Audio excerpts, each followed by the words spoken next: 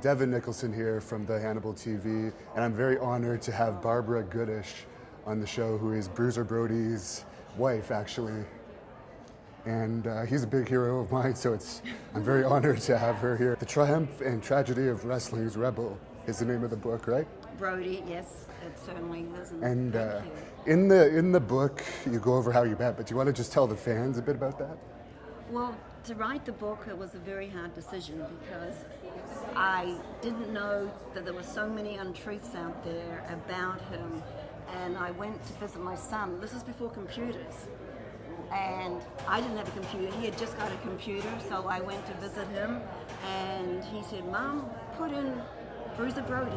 Put in Dad's name."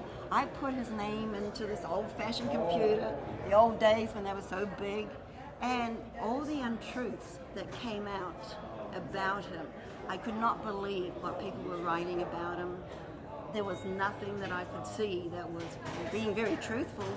So Larry Matisak, who was a very good friend, who was with Sam Muchner in St. Louis, and was a very big friend of Frank's and myself, he approached me and he said, "Would you like to write a book?" And I said, "Well, there's only two people that know the truth. I know the truth about the home life. You know the truth about the wrestling life." So we went ahead and wrote the book. And it's a very truthful story about his life as a wrestler and businessman, and as a husband and father. And he was so wild in the ring, but I hear he was nice, and we were told that he also was very religious. Is that true? Well, to a point, yes, he did believe, because he believed, we all believe in different ways too. But to do what's right, to do what's the best for you, to do what's the best for your family, to do what's best for the business. And sometimes when you do that, people don't understand when you are doing the best for the business or for yourself. Right. And what was his training regimen like? We had a home gym. Right. So when he was home, he would be out there in the gym a couple of times a day. And his protein drink. These were the days before protein powder. Yes. Now you can just put protein powder. I remember making them in the blender. Eggs, raw eggs for that, milk, ice cream, chocolate syrup. Mix it all up in the blender and drink it. And that was his protein. That was his protein drink back in those days. Now they're saying you're not meant to have raw eggs, but it certainly didn't hurt. And he was so hated as a villain in a lot of places. Did that ever come back on you when you two would be out? No, because everybody was just such in awe of him. Right. And this is what I mean. Every time he was a villain, he turned into a good guy because he gave so much to the business that people respected that, and he was always real. Did he ever tell you who his favorite opponent was? He had several. Abby, of course. They had some classic matches. Ric Flair. He's had classic matches with Ric Flair.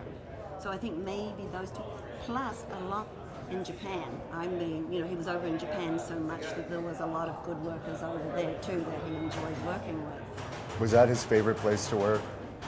Yes, I would say so, because he was respected over there. Right. So yeah, he enjoyed over there. They were long trips because he was gone for 6 weeks at a time. So they were very, very, very long trips. But he enjoyed. He was coming back to work the territories and that, because he'd been working. I mean, every single place in America, just about, that he had worked. And he met you in New Zealand. What did he have to do to Australia? Yeah, to but you are from New Zealand, right? Correct. So what did he have to do to convince you to come all the way to the United States? Well, he was over in Australia for about 9 months, and I met him the very first day. And I happened to be working the front desk of the hotel where he was staying. All the boys I used to know, and they used to treat me as a sister because I would get their mail. Like I said, once again, it's before computers and before, technology. So when they left their homes to another country, they hardly had any contact with their, family members. So we'd known each other, just back and forth in the hotel. It was about 6 weeks. And one night I just happened to be working late and leaving when they were coming back into the hotel. And one of the boys, Killer Carl Kropp, who was a friend of mine too, he said, "Well, why don't you just come up to Bourbon and Beef," which was another bar that my boss owned from the hotel. So I thought, well, it's 11 o'clock Friday night. There's no harm. There's about 10 of them there. So I went up there, one by one. Everybody started to leave. They would get up and say, well, we'll be right back. This went on until there was 3 of us. Wow. Killer Carl Krupp, Frank, and myself. Then Carl gets up and says, I'll be right back. Well, you know what happened, don't you? He never came back. And then I realized afterwards they had set me up. Because Frank, they didn't know how to get me by myself. So he figured out, he got all the boys to help him get me by myself. And that's kind of how it all began. Were you a wrestling fan at all before you met him? No. No, I never had, just because of knowing them on a different level, not on a wrestling level, just as a person level was how I just knew them.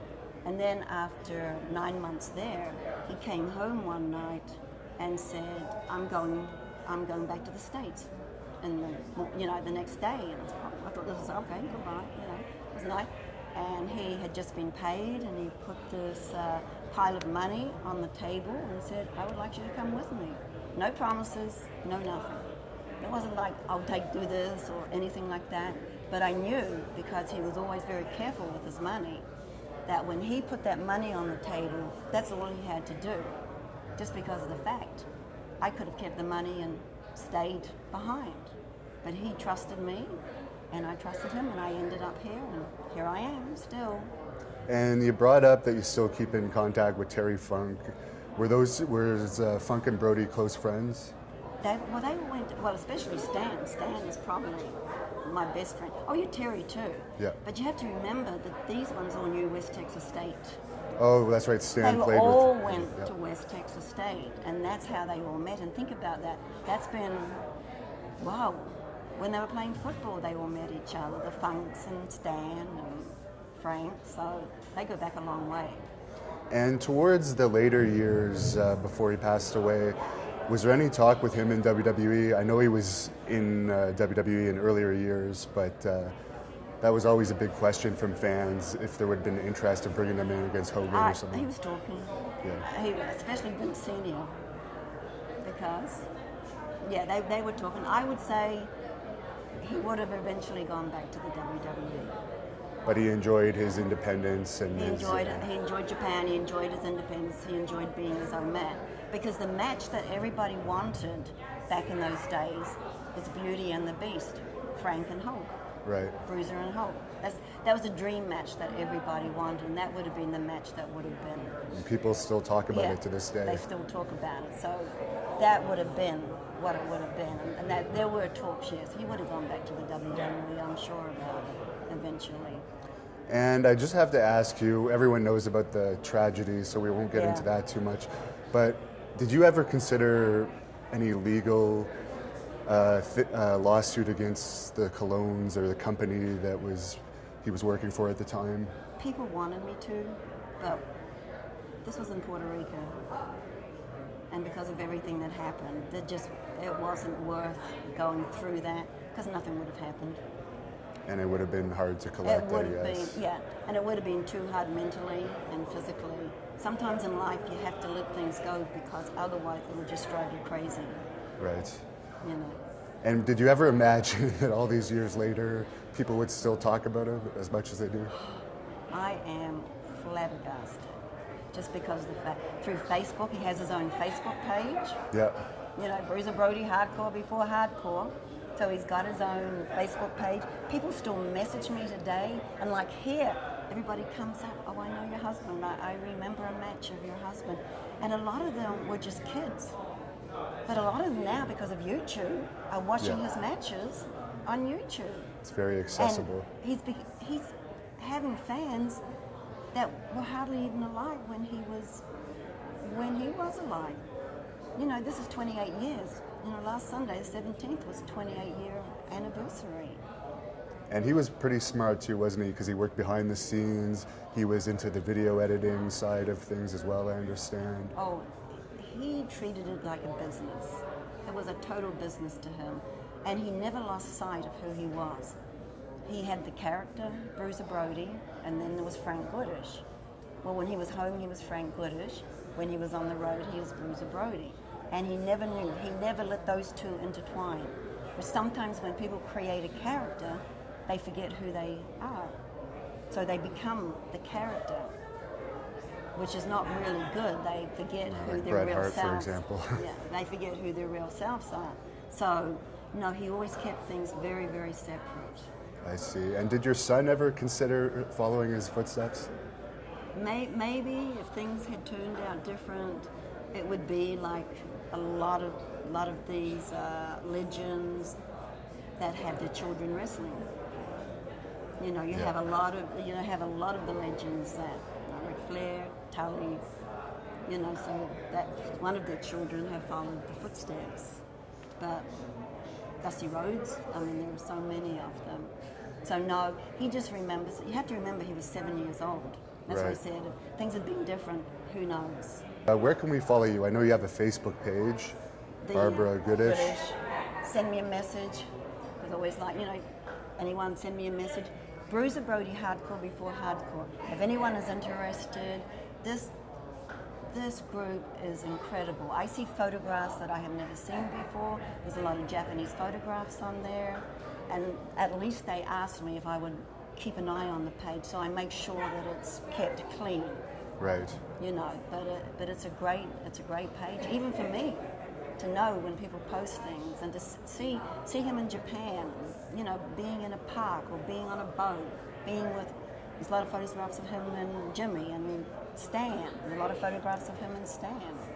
Did he get along well with Jimmy Snuka outside the ring? Because they were partners for a while.